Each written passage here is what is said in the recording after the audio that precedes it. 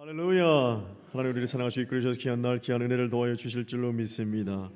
오늘 말씀을 보면 이 한나라는 여인이 나오게 되죠. 그래서 이 우리가 한나의 헌신 예배여서 한나에 대해서 우리가 같이 나눌 텐데, 한나에게 있어서는 큰 문제가 있었습니다. 그 문제 때문에 마음이 졸이고 마음이 아프고 괴롭고 좀 힘겨운 가운데 살고 있었습니다. 그런데 그것을 가지고 혼자 홀로 고분분투하며 사는 것이 아니라 그 문제를 가지고 하나님 앞에 나가게 되고 하나님 앞에 기도하게 되죠. 그렇게 하나님 앞에 기도했을 때에 하나님께서 그에게 허락한 은혜가 있다는 것입니다.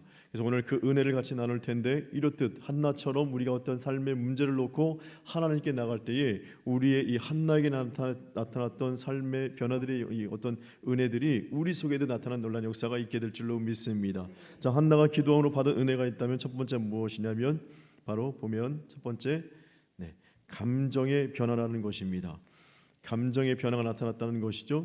우리가 보면 이 땅을 살아갈 동안에 이 스트레스라는 것이 있고요. 스트레스는 만병의 원인이다라고 이제 이야기하고 있습니다. 스트레스 한번 자가 진단을 한번 볼까요? 우리 표를 보면 이 스트레스 자가 진단인데 10가지 중에서 옆에 있는 10가지 중에서 3개 이하면 스트레스가 낮은 상태. 그런데 8개 정도까지 하면 스트레스가 중간 정도라고 생각하고 할 수 있고요. 8개가 넘어서는 사람은 극심한 스트레스를 받는 상태라고 할 수 있는데, 지금 한번 손가락을 딱 펴시고 한번 체크해 보세요. 그래서 스트레스를 인해서 발생할 수 있는 진화를 가만히 보면 기능성 소화불량이 생겨서 이 소화가 잘 되지 않는다는 거예요. 신물이 자꾸 넘어오거나 배가 더부룩하거나 그런 일들이 있고, 다음에 급성 장염이 있어서 갑자기 배가 꼬이고 아프고, 그다음에 그것으로 인해서 심한 통증을 느끼게 되는 겁니다. 감이성 대장 증후군이 있어서 반대로 소화가 잘 되지 않는 가운데 막 잦은 설사를 한다거나 그런 일들이 나타나게 되죠. 역류성 식도염이 있어서 신물이 계속 넘어오는 일들이 있다는 겁니다. 음식을 먹으면 배가 더부룩하고 소화가 되지 않고 그런 일들이 나타나게 된다는 거죠. 그래서 일반적으로 스트레스를 해소하는 방법 중에는 규칙적인 생활을 하는 것, 그다음에 신선 건강식을 위주로 식상을 하는 것, 취미 여가 시간을 갖는 것, 신체 운동을 하는 것, 주변인과의 소통을 통해서 이 어떤 정신적인 마음 상태 좀 릴렉스하게 좀 이렇게 좀 부드럽게 좀 여유를 가질 수 있도록 하는 것이 좋다는 것입니다. 그래서 그런 긴장을 좀 완화시키는 모습이 있어야지만 어떤 스트레스를 좀 벗어날 수 있다라고 이야기하는데, 이 한나가 아주 스트레스를 많이 받고 있는 여인이었습니다. 그래서 그 막 스트레스를 또 많이 받으면 이 수족 냉증도 생긴대요. 왜냐하면 혈관이 수축되고 그래가지고 손끝 발이 차지게 된답니다. 그러면서 모든 기관들이 위축되는 것을 경험하게 되는데, 오늘 말씀에 나와 있는 이 한나가 그런 모습이 있는 거예요. 오늘 10절 말씀에도 그렇게 나와 있죠. 10절 말씀에 마음이 괴로워서라고 이야기하고 있고, 그다음에 15절 말씀에도 마음이 슬픈 여자니라라고 이야기하고 있고, 그다음에 자기의 심정을 토한 것뿐이다라고 이야기하고 있고요. 더 나가서 16절 말씀에도 나의 원통함과 격분됨이 있어라고 이야기하는 겁니다. 그 여인의 어떤 스트레스가 얼마나 어떤 심했는지를 알 수 있게 되죠. 그래서 뭐 다른 번역본을 보니까 마음이 아파서 내가 지금 막 흐느끼고 있고, 마음이 쓰라려서 괴로워서 내가 지금 이렇게 울부짖고 있는 겁니다라고 해서 막 마음이 지금 다 뭉그러진 상태고요. 그다음에 마음이 막 찢어지는 상태다. 너무 아프다고 이야기합니다. 공동 번역에 보면 마음이 아파서 내가 흐느끼고 있는 것이다. 그러니까 어떤 기도 제목이 있어서가 아니라 이런 상황이 너무 힘들어가지고 너무 괴롭고 너무 아프고 잠도 안 오고 뭐 소화도 안 되고, 여기 있는 거 뭐 10가지가 다 되는 것 같아요. 뭐 피부 질환도 생기고 온몸도 쑤시고 막 그러면서 내가 왜 살아야 되지? 그럼 자존감도 떨어지고 있지. 막 쉽게 피로해지지. 막 그런 식으로 여러 가지 증상들이 나타난 상태로 스트레스가 아주 꽉 차 있는 여인이라는 것입니다. 그러니까 이 짧은 본문 속에서도 자신의 심정을 토로하는 것이 3군데나 이렇게 나오고 있잖아요. 계속 누군가 탁 찔러보면 나 괴로운 사람이야. 누군가 탁 물어보면, 엘리가 딱 물어보면 나 너무 슬픈 사람이에요. 딱 물어보면 난 너무 지금 마음이 아픈 사람이에요. 나 지금 괴로운 사람이니까 건드리지 마세요. 뭐 그런 식으로 계속 자신의 어떤 상태를 지금 이야기하고 있는 것입니다. 한마디로 나 스트레스 아주 꽉 차 있는 사람입니다. 스트레스 나 죽을 지경인 사람입니다라고 이야기하고 있는 것입니다. 그렇게 마음에 쓰라림이 있고 슬픔이 있고 괴로움이 있던 여인, 근데 그 여인이 하나님 앞에 기도하기 시작합니다. 그랬더니 그 감정이 변화가 나타나는 거예요. 신기하게 그렇게 스트레스, 울부짖음과 괴로워서 힘겨워서 아파서 흐느끼는 인생이 어떻게 바뀌었냐면 사무엘상 2장 1절 결과를 한번 볼까요? 기도한 여인의 결과 시작. 한나가 기도로 아뢰었다. 주께서 나의 마음에 기쁨을 가득 채워 주셨습니다. 이제 나는 주님 앞에서 얼굴을 들 수 있습니다. 원수들 앞에서도 자랑스럽습니다. 주께서 나를 구하셨으므로 내 기쁨이 큽니다.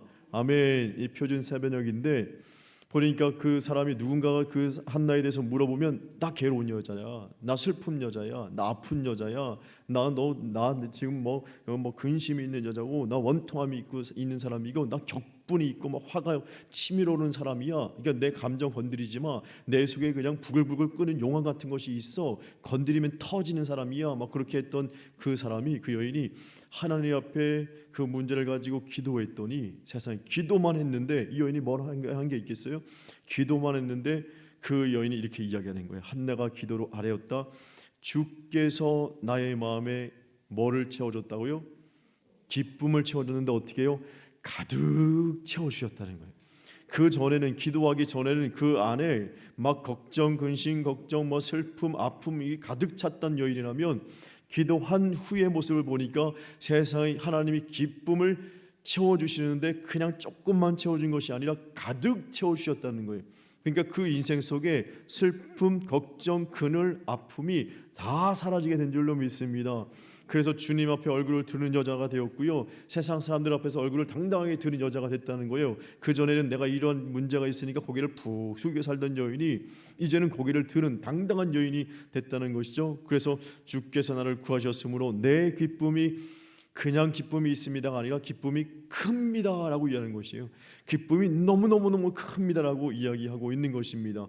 그래서 빌립보서 4장 6절 7절 말씀을 보면 아무것도 염려하지 말고 모든 일에 기도와 간구로 너희 구할 것을 감사함을 하나님께 아뢰라. 그리하면 모든 지각이 뛰어난 하나님의 평강이 그리스도 예수 안에서 너희 마음과 생각을 지켜주신다고 말씀하고 있는 것입니다.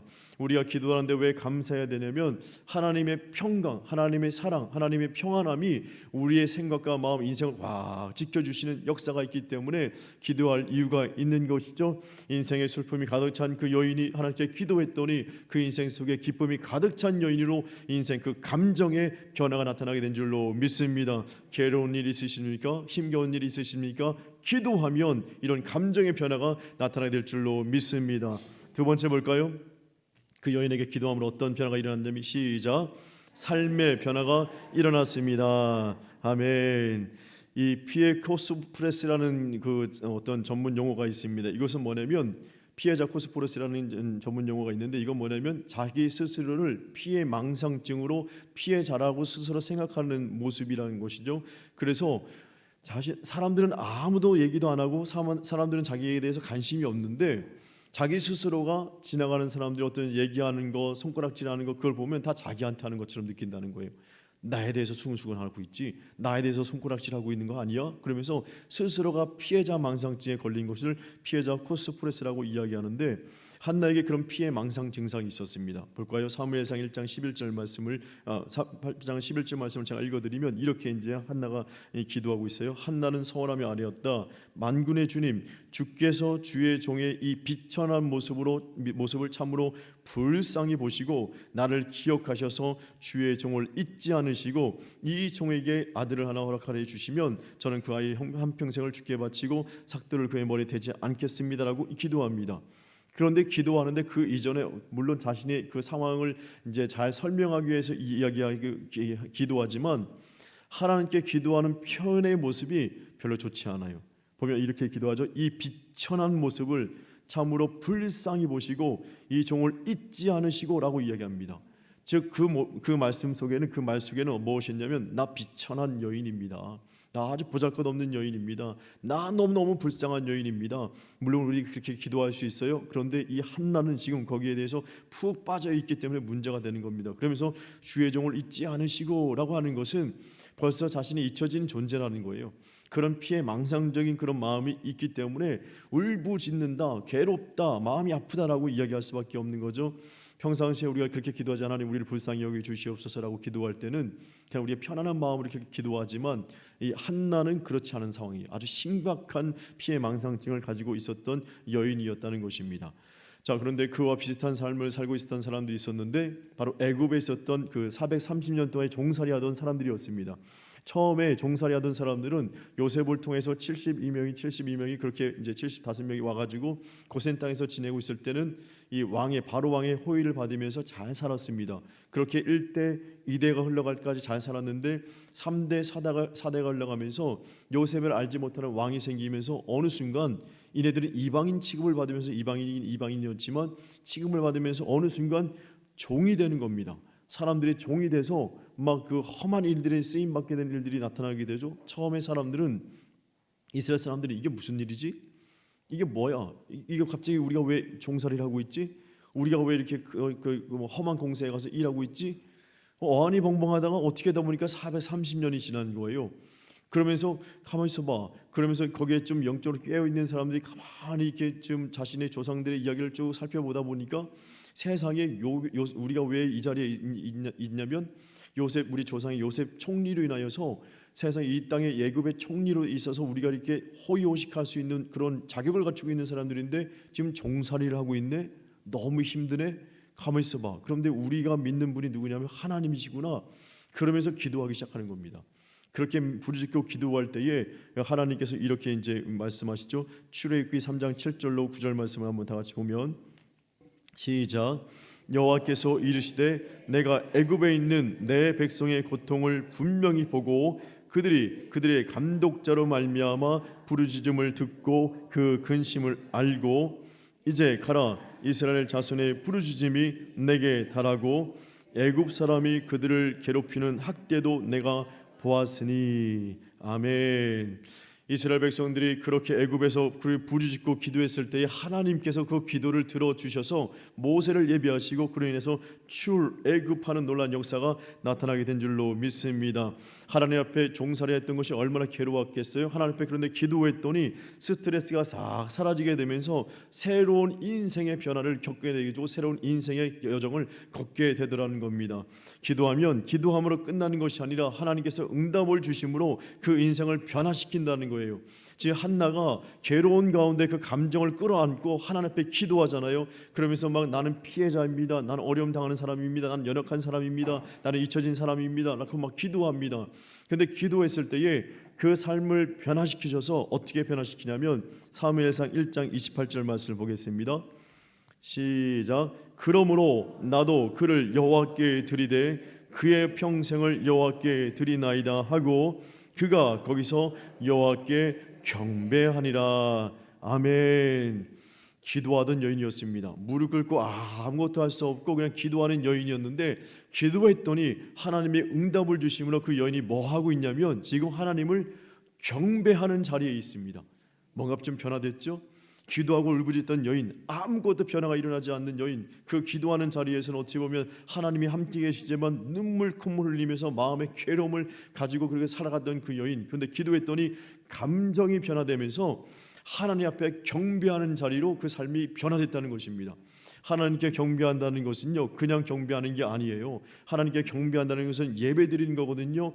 예배 드리는데 어떻게 보면 기쁨의, 그전엔 슬픔의 눈물을 흘렸다면 지금은 기쁨의 눈물과 감격의 눈물과 감사의 눈물을 흘리면서 예배 드리고 찬양하고 말씀 듣고 기도하고 있다는 것입니다. 뭔가 좀 달라진 모습이 있지 않아요? 그죠? 그 인생이 변화되었습니다. 기도했더니 그 삶이 확연히 변화되어서 이제 기쁨 가운데 예배드리는, 기쁨 가운데 기도하는, 기쁨 가운데 하나님 앞에 제사드리는 인생으로 변화된 줄로 믿습니다. 우리 인생이 이렇게 힘겨울 때 기도하잖아요. 그러면 그 자리에 계속 머무르게 하시는 분이 아니라 그 자리를 벗어나서 하나님 앞에 진실된 모습 기쁨으로 예배드릴 수 있는 자리를 우리를 옮겨주시는 줄로 믿습니다. 애굽에 있었던 그 백성들이 괴로운 가운데 그렇게 기도했을 때에 그 자리에 머물러 있게 하신 것이 아니라 출애굽시켜 주셔서 가나안 땅에서 하나님을 예배드릴 수 있는 은혜를 주신 것을 우리는 기억해야 될 줄로 믿습니다. 마지막 세 번째 볼까요? 한나가 기도함으로 어떤 변화가 일어났냐면 세 번째 다 같이 읽겠습니다. 시작. 하나님의 인정과 세상의 인정을 받게 됩니다. 아멘. 이 한나가 그 문제를 가지고 있을 때에 사람들은 그렇지 않을지라도, 남편도 그렇지 않았지만 스스로 피해망상증으로 인해서 세상 사람들이 나를 세상 사람들이 손가락질하고 있지라고 생각하면서 침울한 가운데 살고 있었습니다. 그리고 심지어 엘리 제사장도 가만히 보니까 에이, 술 취했건 술 취했어, 술 취했어, 그만 먹어, 술 먹어, 그렇게 이야기하는 건요, 이 여인을 완전히 무시하는 겁니다. 이 얘기를 다시 한번 이야기하면, 다시 한번 바꿔 이야기하면, 너 그렇게 기도해도 소용없어. 네가 그런 상태로 기도해서 응답받지 못한 게 지금 몇 년이야. 너 아무 소용없다니까. 헛수고하지 마. 그만하고 그냥 집에 가. 소용없는 짓 하지 마. 그렇게 어떤 헛된 곳에 에너지 쓰지 마. 그렇게 어떻게 보면 무시하는 처사인 겁니다. 그럼에도 불구하고 한나 멈추지 않습니다. 계속 기도하게 되죠. 기도했을 때에 어떻게 되냐면, 한번 볼까요? 엘리 제사장이 그 여인을 인정하게 됩니다. 사무엘상 1장 17절 말씀 볼까요? 시작. 엘리가 대답하여 이르되 평안히 가라. 이스라엘 하나님이 내가 기도하여 구한 것을 허락하시기를 원하노라 하니. 아멘. 이것은 너의 믿음 내가 인정할 수밖에 없다. 너희 그 진실된 믿음, 간절한 믿음, 애절한 믿음, 그거 내가 인정할 수밖에 없다. 하나님이 그 믿음의 기도를 보면 응답하시지 않을 수가 없구나, 응답받을 거야 라는 것은 그 믿음을 인정하는 거거든요. 하나님 앞에 우리가 진실된 모습으로 기도하잖아요. 세상이 우리를 인정하게 됩니다. 우리를 인정받게 또 하나님이 하십니다. 또 하나님이 또 우리를 인정해 주신다니까요. 그래서 교회에서 이 담임 목사에게, 제가 아니라 담임 목사에게, 그러니까 사람에게 아니라 그 교회를 담임하고 있는 담임 목사님들에게 인정받는 것이 아무것도 아닌 것 같죠? 아무것도 아닌 게 아닙니다. 왜냐하면 사람에게 인정받는 것도 너무너무 중요하거든요. 엘리 제사장이 그 교회 담임 목사님이었잖아요. 담임 목사가 딱 봤을 때에 그 성도가 와가지고 기도하는데 처음에는 은근히 무시했단 말이에요. 아유, 돈도 없고 그냥 뭐 보잘것없는 여인이 와가지고 그냥 맨날 뭐 와가지고 기도하고 그냥 뭐 기도도 안 하는 것 같고 그냥 뭐 술 취한 것 같고 느낌도 그러고 막, 그래서 무시했단 말이죠. 그런데 가만히 보니까 그 진실됨을 바라보는 순간에 인정할 수밖에 없는 거예요.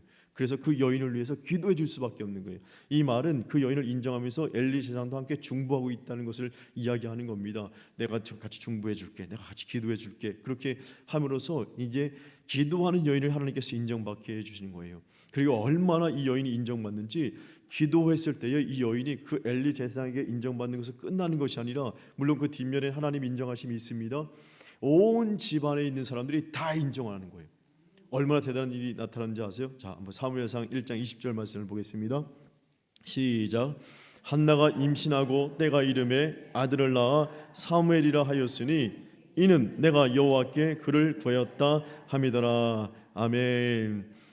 그 세례 요한 아버지가 이제는 그 아기를 갖는다고 이야기했을 때 말이 안 됩니다 했을 때 이게 입이 다물어지잖아요. 그런데 이제 아기가 딱 태어나자마자 그 부인이 물어봅니다. 이 아기 이름을 뭐라고 할까요? 그럴 때 석판을 가져와가지고 요한이라고 하는 순간 입이 딱 열리잖아요. 지금도 거의 그렇지만, 지금도 거의 뭐 그런 부분들이 많이 있지만, 아기가 태어났을 때에 이 중동 지방은 특히나 아이 이름을 짓는 것은 거의 아버지의 주관이었습니다. 그 남자들의 주관이었습니다.